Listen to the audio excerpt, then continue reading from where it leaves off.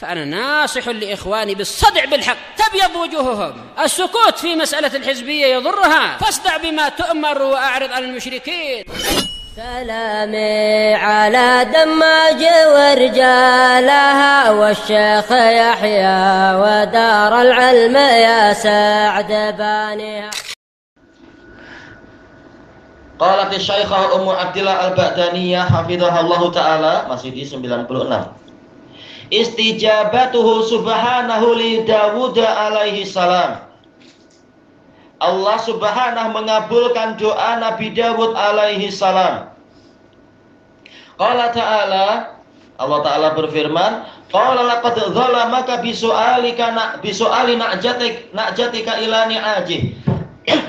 Yaitu menukilkan ucapan Nabi Dawud. Nabi Dawud mengatakan, sungguh ada takdir sumpah, demi Allah temanmu itu telah menzalimi engkau dengan sebab dia meminta satu ekor kambingmu yang hanya satu ekor itu untuk menggabungkannya kepada kambing-kambing dia, yaitu 99 kambing yang dia miliki. Nah, ini juga ada tadmin, yaitu apa? Bisu'ali na'jatika wa dhammiha ila ni'aji. Makanya tahu-tahu ada ilah, padahal zalama dan sa'ala ini tidak ada di dalam bahasa Arab, dia muta'addi dengan harf ilah. Tapi kenapa tahu-tahu Allah mendatangkan ilah? Berarti ada fi'il yang tersembunyi di balik itu, disesuaikan dengan polanya. Dia telah merugikan engkau, menganiaya dirimu dengan meminta kambing itu dan menggabungkannya kepada kambing dia. Wa inna katsiran minal khulata'i la yabghi ba'dhum 'ala ba'd. Dan sesungguhnya banyak dari rekan perkongsian yang mencampurkan pekerjaan, menggabungkan pekerjaan atau menggabungkan modal dan sebagainya, sebagiannya itu benar-benar menzalimi sebagian yang lain, dan itu yang banyak terjadi, saling menzalimi atau salah satunya yang menzalimi yang lain. Illal ladzina amanu wa amilus shalihat, kecuali orang-orang yang beriman dan mengerjakan amal soleh. Berarti kuncinya memang kebaikan iman dan kebaikan amal soleh. Baik. Makanya orang kafir itu tidak layak menjadi rekan kongsi, lalu kita bersuka hati untuk memasukkan duit kita ke dalam jadi modal di mereka, atau apa istilahnya itu, trading duit atau apa semacam itu. Tak layak, karena al-kufur adalah madzannatul khiyanah wal kadzib, kata para ulama. Kekufuran adalah tempat yang kita perlu sangat buruk sangka mereka itu berkhianat dan berdusta. Baik, mereka telah mengkhianati Allah dan para nabi, maka bukan mustahil mereka mengkhianati kita, dan memang mereka benci kita, mereka ingin merugikan kita. Baik. Tapi kenapa terkadang kita dapati mereka jujur, bahkan muslimnya yang sering khianat, sehingga banyak dari para bos-bos yang tidak bertakwa pada Allah, lalu dengan alasan orang Melayu tak boleh pakai, mereka sendiri suka menjatuhkan orang lain, saya pakai orang Cina saja. Nah, itu salah kita juga, istilahnya salah pihak kita yang tidak beriman sebagaimana mestinya dan tidak beramal soleh sebagaimana mestinya yang diajarkan oleh Nabi Muhammad SAW. Itu salah kita, tidak memberikan contoh yang baik. Walaupun bosnya juga keliru, tak boleh dengan sebab itu lalu memilih orang kafir, seakan-akan dia buruk sangka semua Melayu buruk, berarti dia juga lah, sila mengganti diri sendiri. Itu yang wajibnya kalau memang seperti itu, dengan alasan Melayu. Lihat orang per orang, itu yang betul. Tayyib. Wa qalilum mahum, dan sedikit sekali dari mereka itu yang benar-benar beriman dan beramal soleh sehingga layak untuk dijadikan sebagai ajir, sebagai kaki tangan, seperti yang ada pada Nabi Musa. Ya, siapa namanya itu? Jelas namanya kita tak tahu ya. Putri dari Madian itu mengatakan, ya abatis ta'jirhu inna khaira man ista'jartal qawiyul amin. Wahai ayahku, jadikan dia sebagai pekerjamu, karena sesungguhnya pekerja yang terbaik adalah yang kuat lagi terpercaya. Para nabi memang memberikan contoh yang terbaik, dan mereka lah teladan kita. Baik. Makanya memang itu jarang karena kebanyakan orang tidak mau ikut para nabi. Wa dhanna Dawudu annama fatannah, dan Nabi Dawud menyangka, dan boleh jadi dhanna di sini maknanya alima. Nabi Dawud tahu bahwasanya kami hanyalah sedang menguji dia. Yaitu apa? Diuji bagaimana menghadapi case yang seperti ini.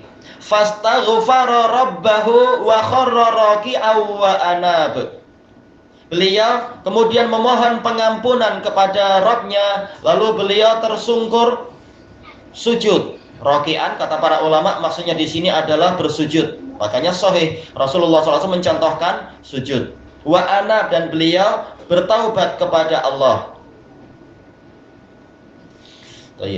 Dijelaskan oleh para mufassirin, sama saja itu dengan Israiliyat atau tidak dengan Israiliyat, tapi intinya adalah bahwasanya di sini Nabi Dawud kalamnya bagus, cuma untuk kalam yang pertama ada suatu kekurangan, tapi kemudian Allah memberikan taufik untuk sadar ini keliru, yaitu menghukumi pihak yang lain sebelum mendengar pendapat dari pihak yang lain. Ini baru mendengar dari satu pihak bahwasanya orang ini adalah saudara saya memiliki 1 kambing, dia memiliki 99 kambing, lalu dia berkata kepada saya, cukupilah kambing saya dengan kambingmu, biar kambing saya dapat 100. Kambing saya dapat apa? Enggak apa, biar lengkap, Anda tak punya apa-apa. Lengkap, kosong. Maka langsung Nabi Dawud mengatakan yang seperti ini, yaitu dia telah mendolimi engkau.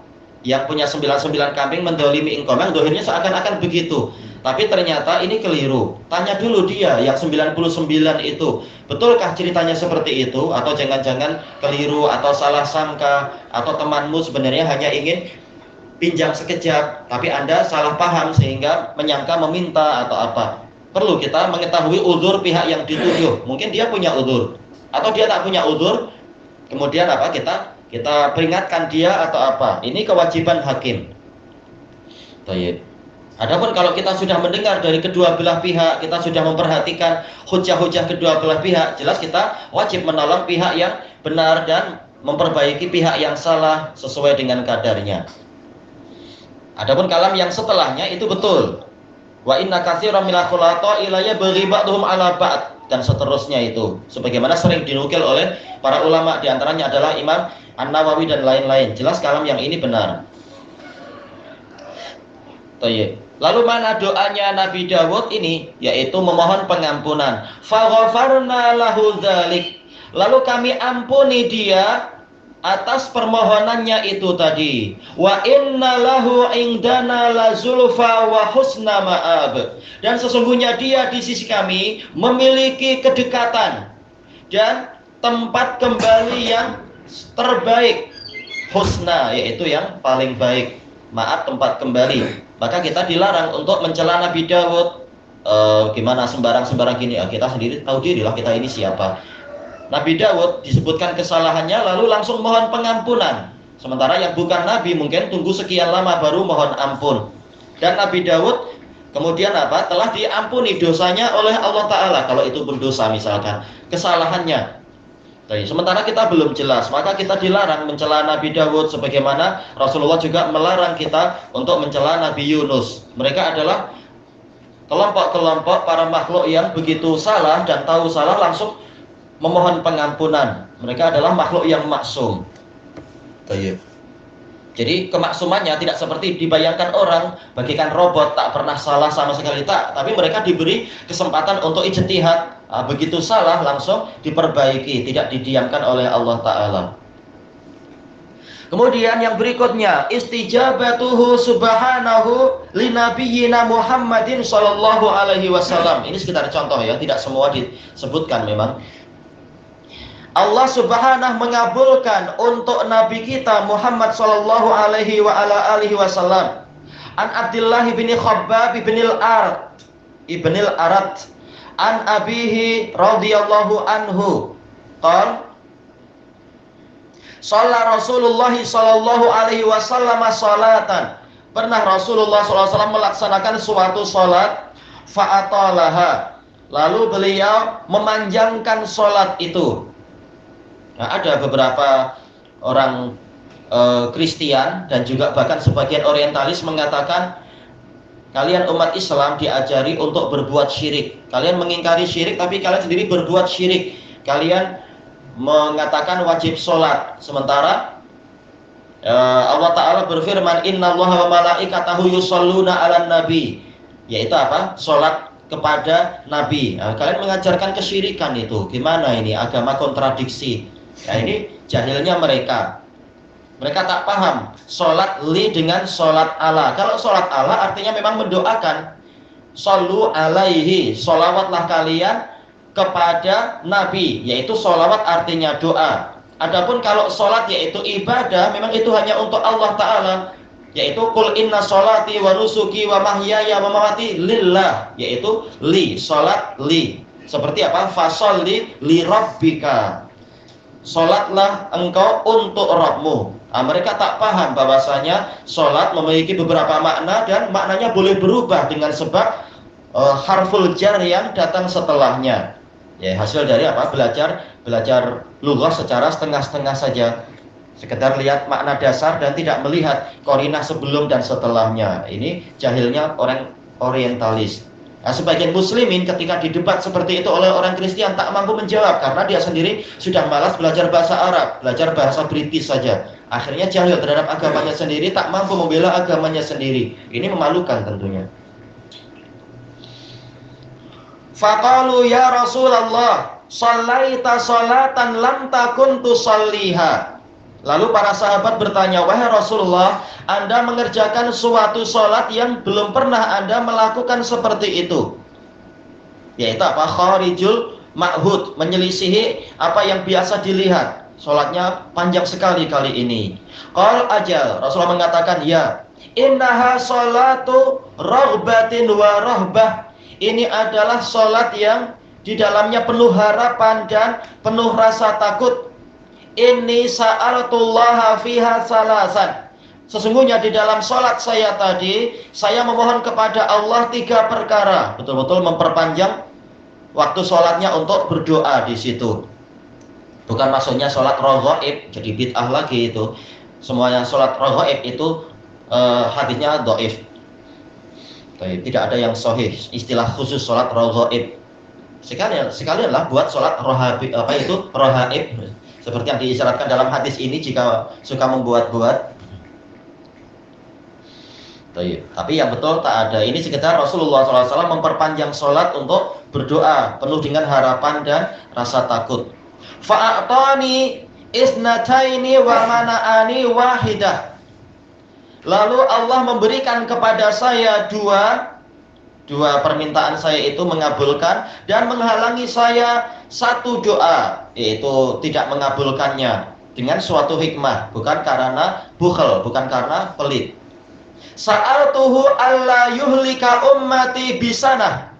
Saya memohon kepada Allah agar tidak membinasakan umat saya dengan tahun kemarau, tahun kekeringan, tahun paceklik kalau Indonesia bilang ya.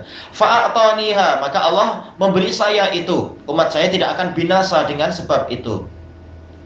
Wa sa'altuhu alla yusallita alaihim aduwan min ghairihim fa'ataniha. Saya juga meminta kepadanya, memohon kepadanya agar tidak menguasakan kepada umat ini musuh dari selain mereka. Lalu Allah juga mengabulkan permohonan saya itu. Mungkin di sebagian negara dengan kesalahan muslimin mereka terkalahkan dan dijajah, tetapi untuk umat secara keseluruhan, umat Islam tak mungkin akan dikuasai. Di sini dikuasai, di tempat lain merdeka, tempat lain dikuasai, tempat lain lagi merdeka. Baik. Nah, inilah makna dari permohonan tadi itu, pengabulannya.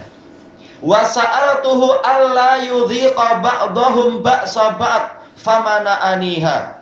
Dan saya mohon kepada Allah agar tidak menjadikan sebagian umat ini merasakan kekerasan sebagian yang lain. Maka Allah menghalangi saya dari itu. Tetap umat ini akan sering mengalami perang saudara, bersengketa, saling menumpahkan darah. Na'udzubillah. Dan sebagaimana dalam hadis yang lain Rasulullah mengatakan inna hadhil ummah ummatun marhumah.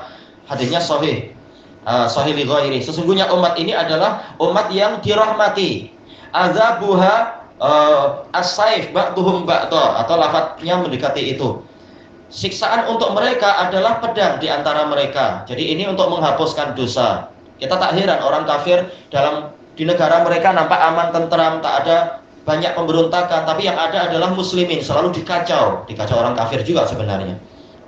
Dengan tangan mereka muslimin lalu saling bertikai, saling memperebutkan kekuasaan.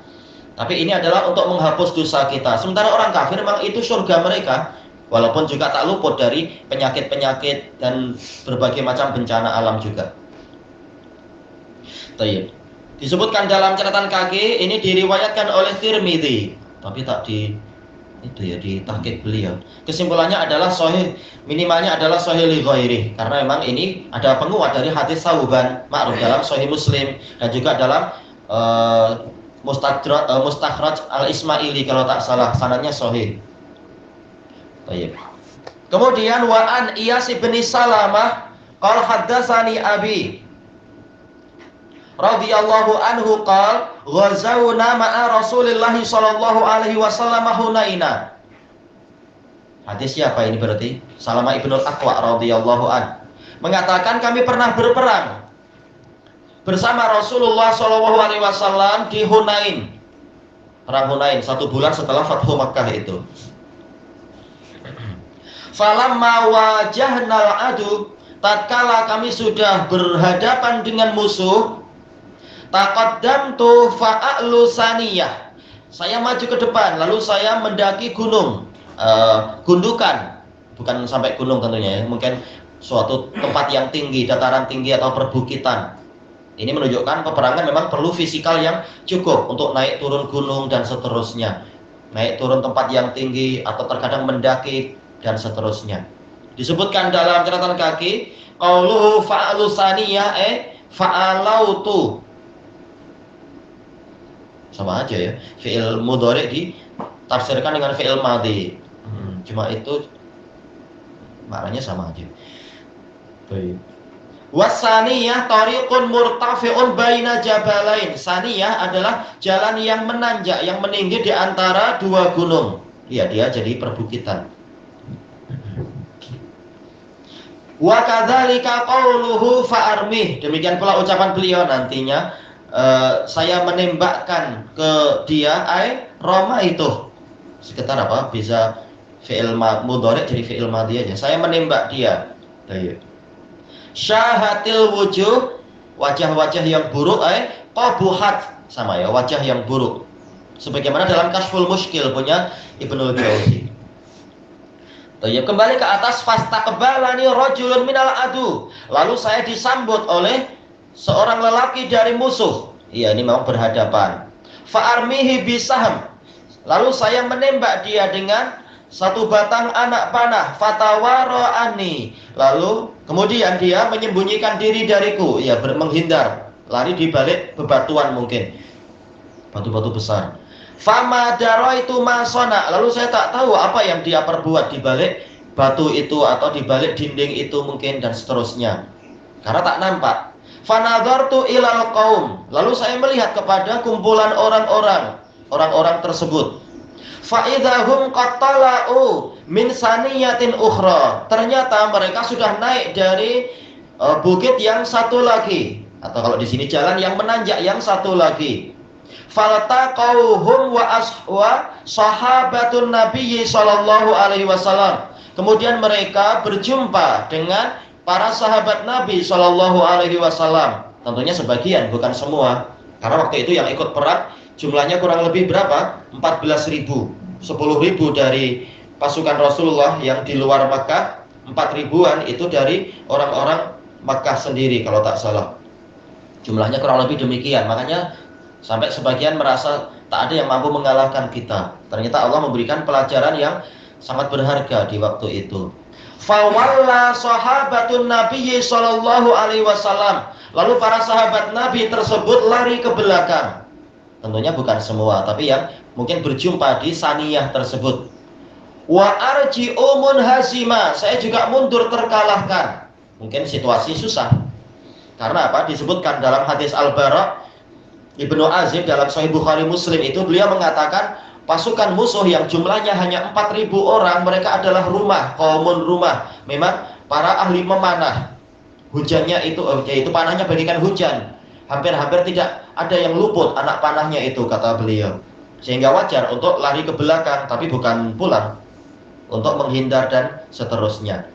Wa alayya burdatani muttaziran bi ihdahuma murtadiyan bil ukhra. Saya memiliki 2 kain panjang. Salah satunya saya gunakan sebagai kain pelikat, yang satunya saya gunakan sebagai selendang. Ini para sahabat. Tak perlu dengan kostum khusus. Cukup dengan apa yang disunahkan Nabi, insya Allah ujung akhirnya adalah kemenangan kalau ikut sunnah itu. Fastatlaqa izari, kain sarung saya lepas. Ya, situasi susah seperti itu. Fajama'tuhuma jami'an, lalu saya kumpulkan kedua kain itu secara keseluruhan agar mudah untuk lari. Wa marartu ala Rasulillah sallallahu alaihi wasallam munhaziman. Saya kemudian melewati Rasulullah SAW dalam keadaan beliau terkalahkan. Tapi bukan kalah total ya, sekedar yaitu tertolak ke belakang.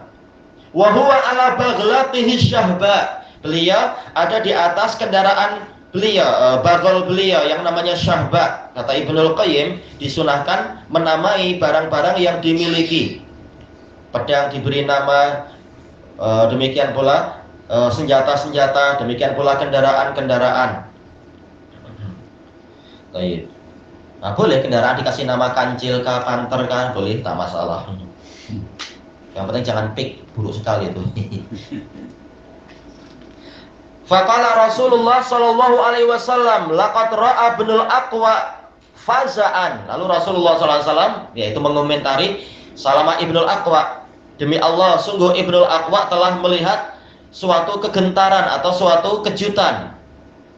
Falamma ghasyau Rasulullah sallallahu alaihi wasallam, tatkala mereka mengepung Rasulullah sallallahu alaihi wasallam, nazala anil baghlah. Beliau turun dari baghal beliau, bukan malah membawa lari baghlah, yaitu melarikan diri, bukan. Beliau turun sekalian. Summa qabada qabdatan min turabin minal ard. Lalu beliau mengambil satu genggam dari tanah, satu genggam tanah atau debu atau pasir mungkin ya, pasir dari permukaan bumi. Ini menunjukkan min itu boleh bertingkat seperti ini. Min turabin minal ard, tak masalah. Sebagai bayan, menjelaskan.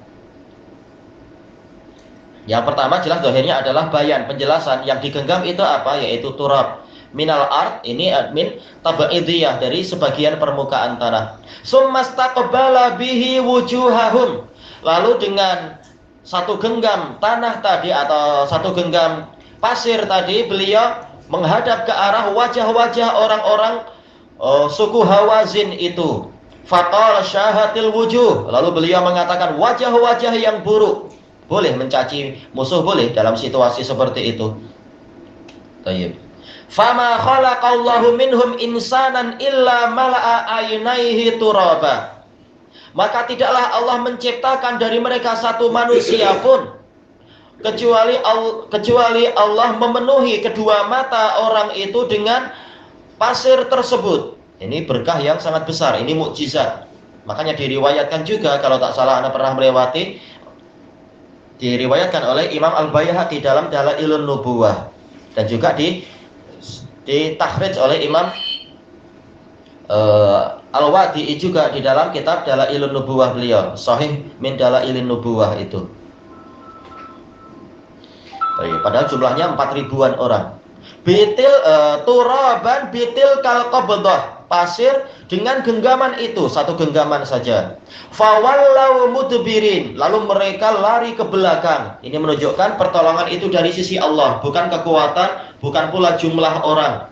Ternyata jumlah yang sebanyak itu dan kekuatan sebanyak itu dan senjata yang banyak tak mampu apa-apa tatkala Allah tidak memberikan keberkahan. Makanya keberkahan adalah ada pada ketaatan, bukan semata-mata usaha manusia.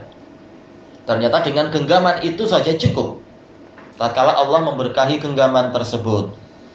Fahazamahumullahu azza wajal, maka Allah mengalahkan mereka, Allah azza wajalla mengalahkan mereka. Ini tauhid dari Salamah Ibnul Aqwa, menisbatkan itu kepada Allah.